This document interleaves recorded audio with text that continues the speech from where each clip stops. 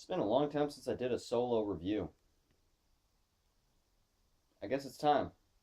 But what should I do? I can't do Thor because that's going to be on Johnny's channel. I'm more leaning towards history. Something that was based off a book written by a Republican. Yes, that's right, my friends. It's Killing Kennedy. And it's a TV movie. That's a first. Yes, that's right, friends. After nearly a year of Johnny and Donnie reviews, no solo reviews for me, and no solo reviews from me, it's time for me to get back in the game. So this is my review of National Geographic's Killing Kennedy, starring Rob Lowe.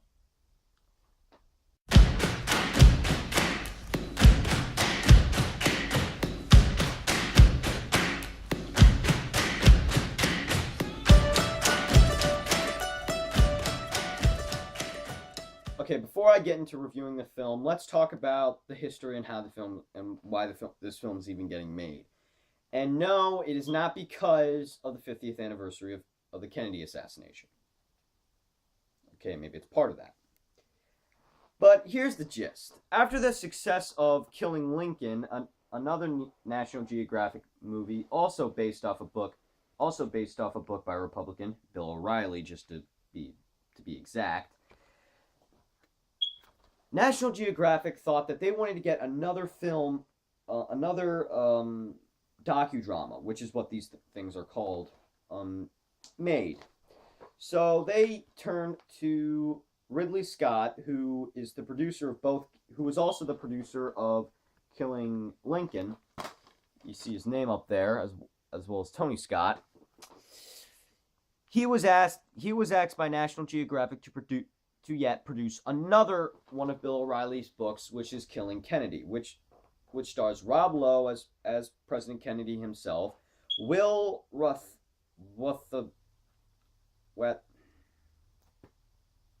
this is his name, as Lee Harvey Oswald, and Michelle,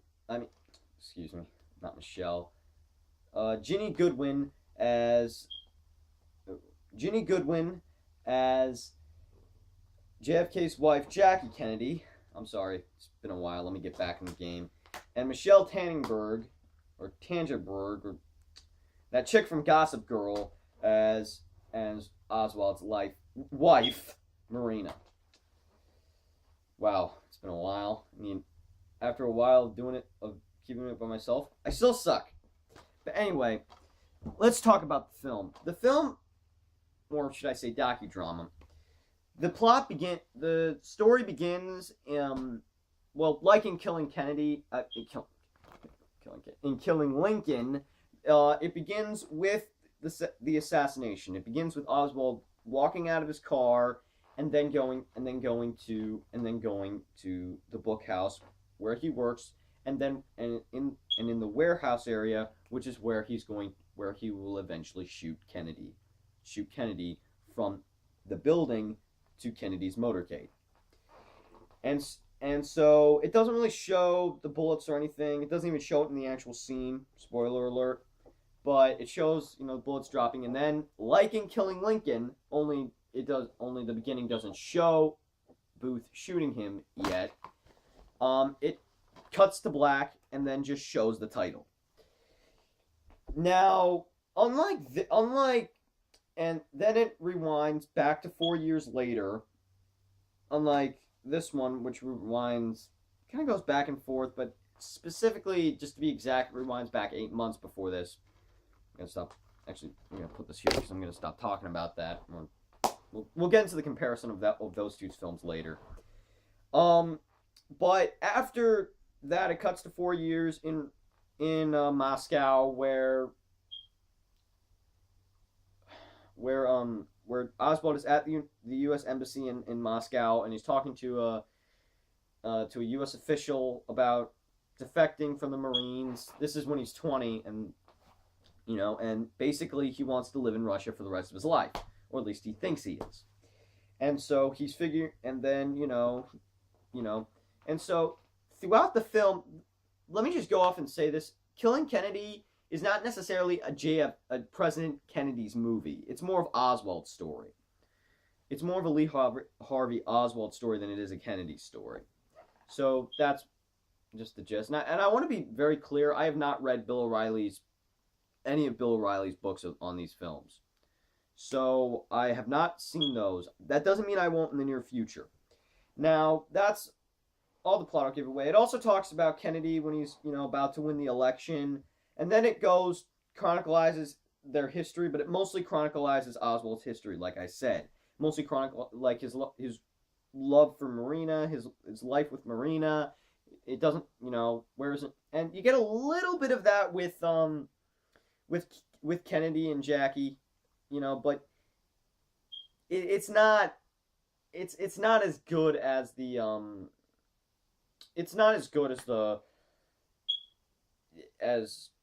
there's just not enough focus. That's what I'm trying to say, Now, that's all the plot I'll probably give away, and I'm probably already jumped to my opinion anyway. This film, I have to say, is a TV movie. I know it's not really something you should say, but it's basically a made-for-TV movie that, I could have just said, this could have easily been released in theaters. There was no reason for this to be on National Geographic. Am I saying it's a bad movie? No. But it doesn't, unlike, this is where I'm going to get to the comparison, unlike Killing Lincoln, this doesn't really give that docudrama sort of feeling. Because what the director, Adam Moat, and another one of the producers, if I can get his name down here, he does a commentary. He's one of the executives. Yeah, Eric Jederson or whatever. I don't know if he was involved with killing Kennedy. But if he was, then I certainly apologize. But he basically, what he was trying to do with Killing Lincoln was he was trying to make a hybrid where it could be a film, but it can also be a docudrama. Because this is narrated by Tom Hanks. It has a narrator, and it cuts to Tom Hanks, and this film cuts to Tom Hanks a lot of times. But Killing Kennedy doesn't have that. So it kind of just feels like what is this doing on National Geographic? Does it feel like a movie made in theaters? No, it does definitely feel like a certain made-for-TV sort of movie. There are elements that show that, but it doesn't feel like a docudrama. There's nobody guiding it. They didn't have anybody narrating. I mean, there's tons of people they could have gotten to narrate it. Who were very famous celebrities, but also had something to do with President Kennedy. Like, they got Tom Hanks because Nancy Hanks was Lincoln's mother, and so there's sort of a connection between Tom Hanks and Lincoln. But I could have think of tons of guys they could have gotten. Even people who didn't necessarily personally know Kennedy. You could have you could have gotten Kennedy's daughter to do something like this, or you could have gotten one of the politicians who knew Kennedy, or one of the Secret Service members who was there during November 22nd, during the motorcade. I mean, yeah. So that's one of the things that's mostly story structure.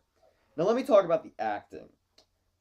Rob Lowe as Kennedy. That's what I'm going to start off with. Rob Lowe as Kennedy, I think was. I have to admit, when I first found out that he was going to be Kennedy, I was like, really, Soda Pop? You're getting Soda Pop Curtis from The Outsiders? Because I was thinking, he looks nothing like Kennedy. And then a lot of people, including my mother, was like, it doesn't matter if he looks like Kennedy, But I was just thinking, that's worse than the James Marsden. I just felt that was an even dumber choice than James Marsden as Kennedy and Lee Daniels the Butler, which I have not seen.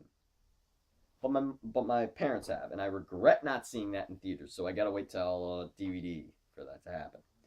But I hope that gets Oscars. Well, at least my mom does. But anyway, back to Killing Kennedy. God. Alright. You see, the thing is, I just felt, but that was until I saw the film. And I figured, even though I will say the makeup was impressive, but at the same time unimpressive with Kennedy. I'm not saying the makeup artists were horrible at this. I think they did a pretty good job in some way, but they kind of, because that's another thing I have to make in a comparison with Killing Lincoln. I like to think of these as sequels, even though they're not. But you see, if even though the makeup in Killing, let me show you a better picture. Even though Billy Campbell doesn't have the same sort of facial structures as and the makeup isn't as impressive as Daniel Day-Lewis's Lincoln, because this looks more like the $5 bill Lincoln. Killing Kennedy still has Killing Kennedy still has, Killing Lincoln still, Billy Campbell still, they had a blueprint and starting to work up. But with Rob Lowe as Kennedy, even though he does look like Kennedy, I think he got the voice close to what he could. That chin and that bottom lip always distracted me. It looked more like to me it looked more like Rob Lowe dressed up as Kennedy. But I felt it was okay. Ginny Goodwin, I think that's her name. I deeply apologize if I got her name wrong, but she played Kennedy's wife, Jackie Kennedy. I think she was a pretty good choice. I think she looked like her. She got the hair down. I think she was perfect choice. Now Will Rathathar, his last name's very hard for me to pronounce. I thought he was an okay Oswald. At first I thought he was a little too young, and then I realized, oh wait, Oswald is actually he's older than Oswald was when he killed Kennedy. So I was thinking, okay, but his voice was a little too. His voice sounded a little too high, but I got the sympathy. But the problem with me is that he made me feel, he seemed a little too sympathetic for me. That's not a bad thing. I think it was really good. But if you look at Jesse Johnson's Booth in Killing Lincoln, I'm not pulling that DVD up. I'm not gonna, But if you look at Jesse Johnson's portrayal as Booth, he does an awesome job in Killing Lincoln. He did an amazing job. You couldn't take his eyes off him. That was the thing. He played it as just like one big malicious bastard. That's what I loved about it. You just wanted to see. You just couldn't wait till he got to that barn and he got that. And he said, "Shoot me through the heart," and then boom, right ball, right in the neck. And that was the thing. But now, obviously, Lee Harvey Oswald and John Wilkes Booth were two completely different people. They had completely different personalities. They had their outlook on how America should be were very different. And plus, and Booth was wasn't a Confederate, and Oswald was a communist. So that's another thing. But I think he did an okay Oswald. I think he did an okay job. And even though he's the guy, he's really he's really the star of the movie. I mean, Rob Lowe, he's Kennedy, and this is, even though it's supposed to be, going in, you think it's going to be Kennedy's story, it really isn't. It's really Oswald's story, which is not a bad thing. If you want to tell Oswald's point of view, you can, and because there have been, now I will say, this is not, there's been tons of films that have covered JFK's assassination. There was obviously Oliver Stone's JFK with, then there was actually that's it. But there's various other things that cover the JFK assassination, various other films. Is this the best version of it? I don't think so, because I haven't seen JFK. So I'm not the guy to ask you that. Oh, wait. Before I actually even touch that, but yeah. But he's probably, I think he was at least probably better than, Gary Oldman might have been. I didn't see it. I didn't see JFK, but I am aware he was Oswald in that. Which now I look back, maybe he was too old to play the role, but I felt he was a good enough Oswald to keep the movie down, and I think he did a pretty good job, you know, but it's kind of like it's kind of hard to really care about him because he did this horrible thing, or at least we think he did this horrible thing. That's another problem with when you watch this movie because it's because of Jack Ruby assassinating Oswald. We don't really know if the story we're watching is even true. We don't even know if he was on there. You know? We don't even know that. We don't even know if there were 4 shots. Maybe there was somebody in the grassy knoll. You know? Maybe there was. Nobody can know. That's the thing. But that's okay. Now the last person I'm going to touch, Michelle Trachtenberg. You know who I'm talking about. That girl who played Marina Oswald. I think she did an okay job, although playing a Russian was pretty. I didn't think she did a bad job. I think she was pretty sympathetic. I just thought she was a very odd choice, and they clearly picked the big name actors. Because see, with Killing Lincoln, they didn't pick, they picked very small name actors. I don't really know Jesse Johnson. I don't know what other that guy's done, but he was an awesome Booth. He was a damn good Booth. Billy Campbell wasn't as good as Daniel Day-Lewis, but he was a good Lincoln. Yeah, there wasn't really enough for me to really, Now, I will repeat this, that Rob Lowe did a pretty good Kennedy than I thought. He was actually pretty good. And, Will Rathar did a very good job at playing Lee Harvey Oswald. And I think that Ginny Goodwin, I think I got her name wrong, I apologize, did a good Jackie Kennedy, and Michelle Trachtenberg was a pretty good Marina. Or at least a convincing Marina. But I don't... It's just her... She speaks Russian all the way through the movie. Or she speaks with a Russian accent. She doesn't really... Her English wasn't really that good. So... Yeah. And... So that's what I have to... That's what all I have to say. And I also...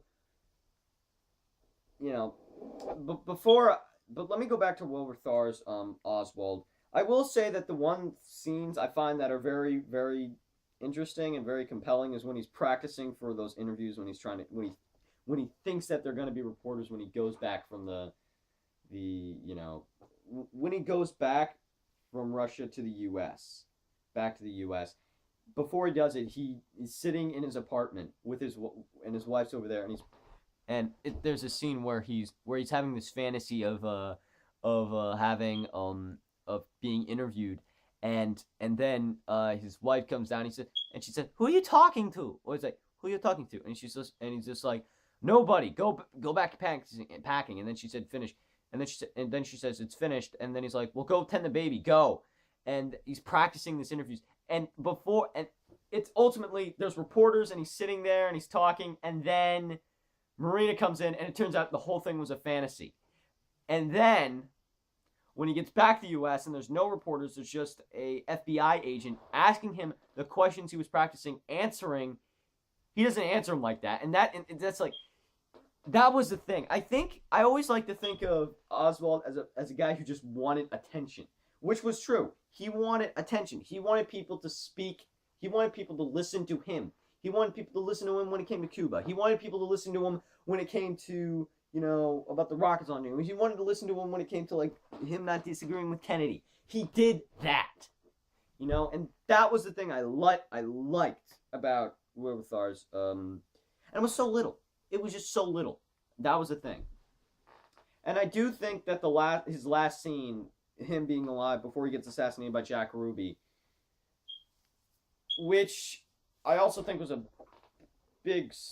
Jack Ruby gets one scene, and then we see Jack Ruby twice. We see him at the nightclub, which is pointless, and then we see him killing Oswald. I really wasn't interested.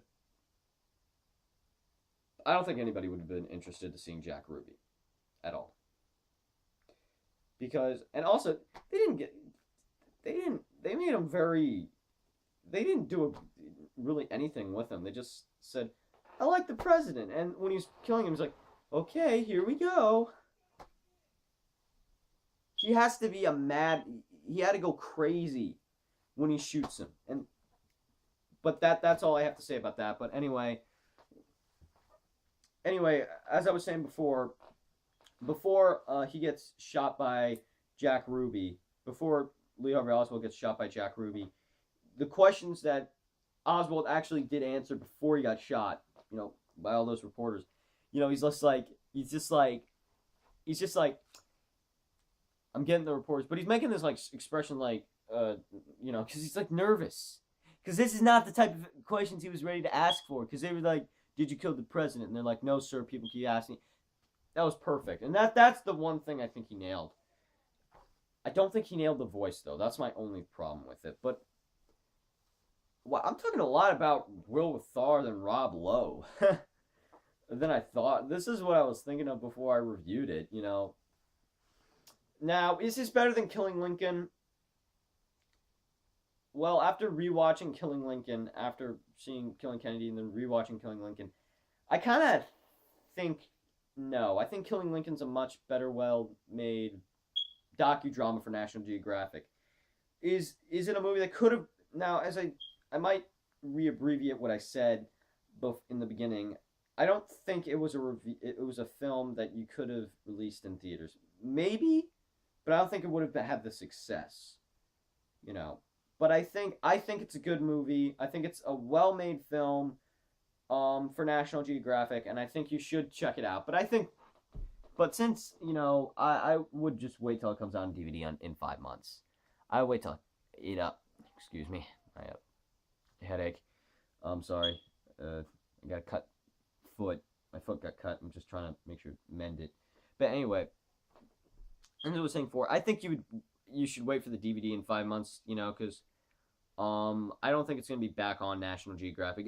They might put it back on the 22nd. As I'm making this video, it's not November 22nd, so it's 50th anniversary of Kennedy's death. The 50th anniversary of Kennedy's assassination has not happened yet, so they might show it then. So if it's 22nd, if it's 8 o'clock or whatever, go on National Geographic and check it out, because it is a well-made film, and I do recommend checking it out. So anyway, I'm going to give Killing Kennedy, and this is a TV film, so I'm going to be very fair for this. I'm going to give it a 8.5 out of 10. I think it's a well-made film. I think it's a well-made film for National Geographic. But as a docudrama, it doesn't really feel it feels more like a made-for-TV film than it does a docudrama, and there are a couple elements that are a little bit, screwy, like and also Jack Ruby just felt like either give him a little bit more focus than we thought, or just don't put him in. And this thing didn't really work for me. So, anyway, that's it for now. It's still a good film, so check it out. If it's November 22nd, right now when you're watching this, and it's not 8 o'clock yet, go on National Geographic, look on your TV guide and see. And if it is, I'd say check it out. So anyway, that's it for now. This is Donnie Benergy, Donnie Reviews, signing off. See you soon.